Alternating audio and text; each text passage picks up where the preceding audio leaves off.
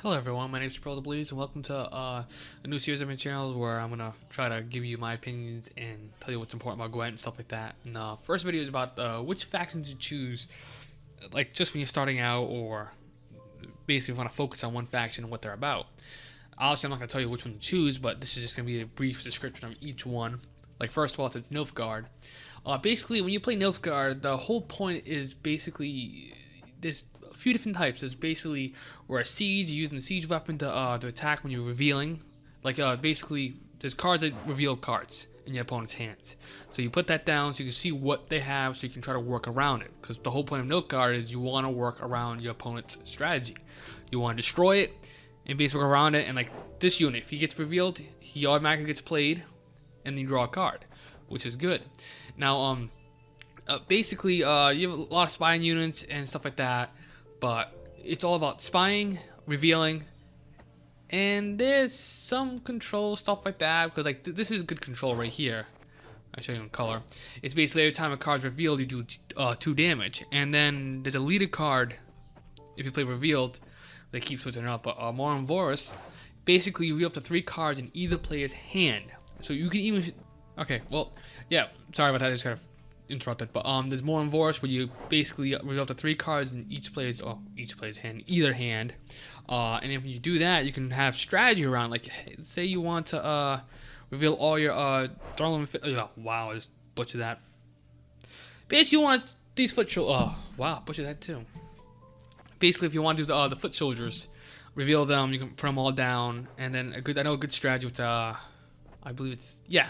So you have 3 of these. Orders is when you use a leader ability. So you basically, Morin Vorus, these 3 come out. Then you can reveal, say, all 3 of these, and that's a good power play right there. Then basically, there's some tempo, not much tempo, but like this. When revealed, do 3 damage to an enemy. When you deploy, do 3 damage. And it's all. Now the spying cards are basically they're called disloyal units or spies, or whatever the hell you want to call them. They're kind of the same thing. And there's some weather control, if you want to say weather control. There's like, I know one card does weather control, but that's barely. But basically, it's all about, this deck's all about seeing your opponent's hand, buffing your own cards by seeing your opponent's hands, trying to work around it, or just play all control, trying to control the leaderboard, basically. And that's basically what Nilfgaard is. And it's definitely, it sucked for closed beta. It wasn't too bad. It's kind of one of the worst faction, but now it comes back really strong. Now, basically, let's see. Next up will be what, Skelliger? Yeah. Okay. This, basically, this right here. This faction is basically all about. You rely a lot on your priestess, basically, like where. You can play self-wounding, where basically we play like Crack and Crate. Where is he? Oh, right here. Basically, you be wounding your own guys, you're wounding your enemies, so he can get your axeman get stronger, or you can pull out a war cry out of nowhere and double the strength of your wounded cards. Or then there's basically see, like a raging bear. Like, you attack your own guy. If he gets attacked, retaliations is when they get damaged, what they can do after that. And a raging bear appears, which is strong. And that's basically what it is. And you rely a lot on your reses. Like, you basically have 3 priestesses, and you have Sigdrifa right here, and she can pull out basically a unit. That's not just fucking bronze or something. And to res them up, and you built a lot of like base strength too, where let's see, another few cards here. Oh, like right here, he goes to the graveyard, he gets strengthened. He gets 3 base strength when he goes to the graveyard. Revive him, he's 9. Let's see, 3rd round, all of a sudden now he's 12. But say he gets destroyed sometime before that, he could be up to 15. That's just basically what it's all about, just making you guys stronger and stronger by basically doing that. And then there's let's see, light long ship, where you damage unit on your right by 1, but then you strengthen yourself by 2. So you're always gaining 1 in general, I should say, in general power. But strength is base strength, and then damage is not base strength. So you can basically heal them up again. And another thing is, they also, with discarding, where basically you literally send your units to the graveyard on purpose so you can res them. Or like Queen's Guard, where right here, resurrect all Queen's Guards from the graveyard. So basically, you have 2 Queen's Guard in the graveyard. You send her down, boom, 2 of them comes out. Or you just res one of them, all 3 come out. That boosts used to boost Sarah's, but not anymore. Now it's a count for her to come out.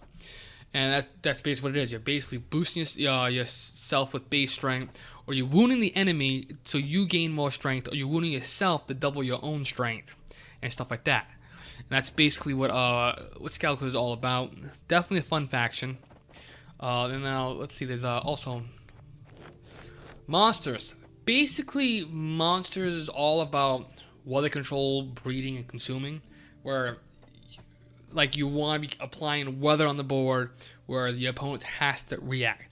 He has to have a clear sky, and if he doesn't, it's gonna hurt him a lot. Especially with the whole board covered in weather, which a lot of your stuff is immune to the. Is there still immune? I think.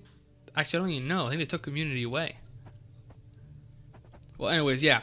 So basically, you throw a fog down. These 3 come out. Well, up to 3 can come out and stuff like that. And then other thing is consuming is where basically you devour your own creatures and boost other creatures. Like he gains he gets what one strength stronger. Yeah, every time you consume something on the board. Or you like say him, he's resilient. You put him down. Say you have I don't know 12 strength, whatever on the board. He eats it. He gains 15 strength, and he's resilient, so he stays to the next round. That's basically what it's all about. And then let's see with weather control, like this Ice Giant, not too bad. I'm not a big fan of the card, but it's okay. But he boosts himself up by 5 if there's frost on the board. But when the frost is gone, he damages himself by 5. Not base strength, just boosting, which is different. Basically, my favorite kind of you can say well, actually, there's breedable, which breeding you don't really see much breeding anymore. Breeding was very big in the closed beta, but like these guys are breedable, but like wait, they're not breedable anymore. I guess not. Oh, okay, that makes sense. It's breedable is no longer a thing anymore now. Now you have these used to be monsters. Well, they used to be monsters. They still are, but that silver card. But you spawn a bronze necrophage, or okay, and boosted by 2. So basically, you use that. You can summon him, or I don't even know if they consider it. Oh, one of these guys, or an ancient foglet, stuff like that. They're definitely trying to work the monsters out to be a little bit better, I guess, or different. Because I know monsters were overpowered in closed beta. But basically, I like playing with Wild Hunt. The Wild Hunt, and this, they added more Wild Hunt cards and everything else. You can make a whole deck just Wild Hunt, and that's fun. It's basically about putting frost on the board, and you just keeping strength on the board, and you're just dominating. Or try it. But that's basically what Monster's all about. And like with Frost, like here, you put him down, he you increase Frost damage by 2. Frost damage each card by 1 on that row. So this one does 2, doubles the damage, which is very good, and stuff like that. There's some cards where you can where's the right here. Well, let me show you in color. Basically, you put him down, you summon a Biting Frost from your deck, not spawn 7. So you have to have the copies in your deck. That's basically what Monster's all about. Now, let's go to Northern Realms, which I love Northern Realms in the closed beta. Excuse me. But the open beta, they're still good, but they've been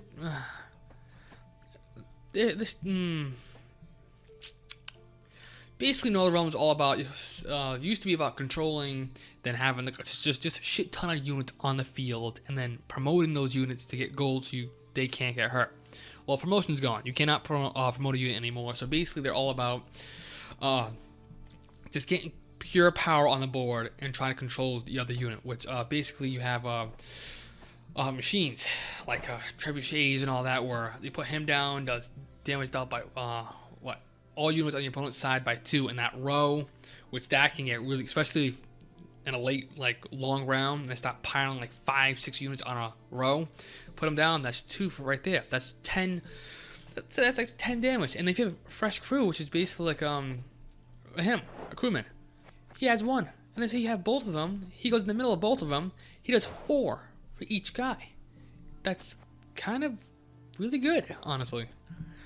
But then you have all about thinning your deck out. You put him down, you boosting all the strength with him was 3. So you put him down, every 3 card in your whole deck, hand, and battlefield becomes 3 to 4. And you summon one of these guys, which with same power, same power, he gets summoned. Basically, only one of them. So it's all about like trying to get some synergy going. It's can get a little confusing if you're not sure what to do, but that's basically all it's about. Mostly, I like using it for the trebuchets because the machines are actually pretty good for Northern Realms. Definitely pretty good. And they used to be able to res, but now you can't. The only card that can res in Northern Realms was one of my favorite cards, Shani. So, or Shani, however you want to pronounce it, like Shani. But she used to resurrect a card and turn them to gold. Now she resurrect them and give them 4 armor to it. Yeah, it's still good, I guess. I mean, for Northern Realms, it's the only res option you have. So if you want it, you have it. Simple as that.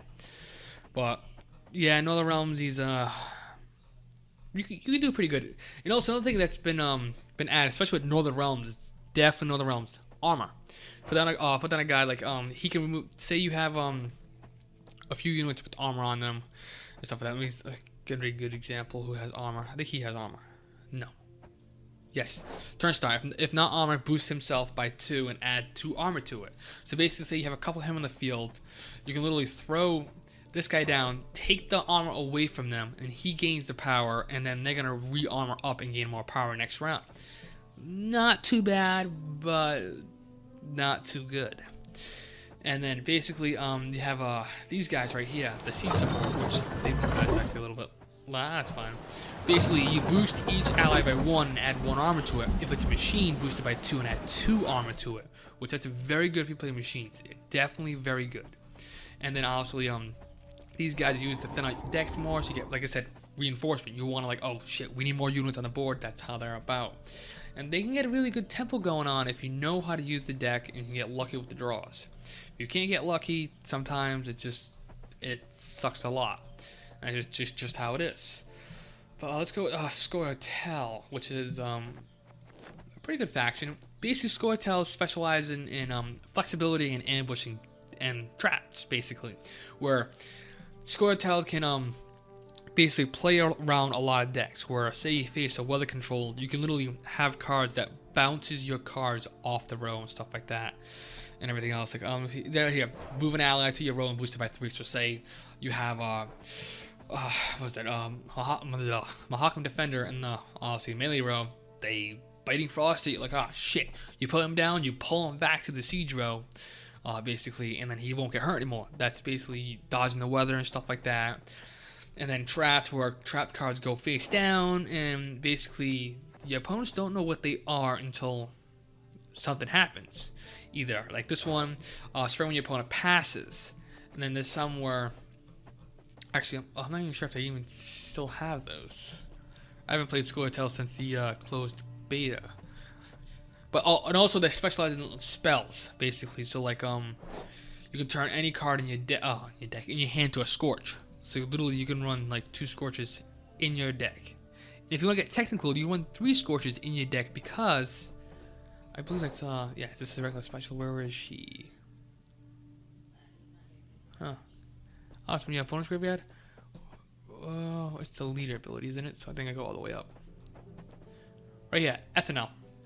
You resurrect a special card from your graveyard, so now you have like 3 scorches. So basically, it's all about controlling the battlefield from spells, bouncing around, setting up traps, and all that. That's basically what they're about. They're they're actually pretty good, to be honest. They're definitely interesting. So basically, that's all the factions in the games. I'm not sure if they're gonna add more, which I'm going to say they will add more.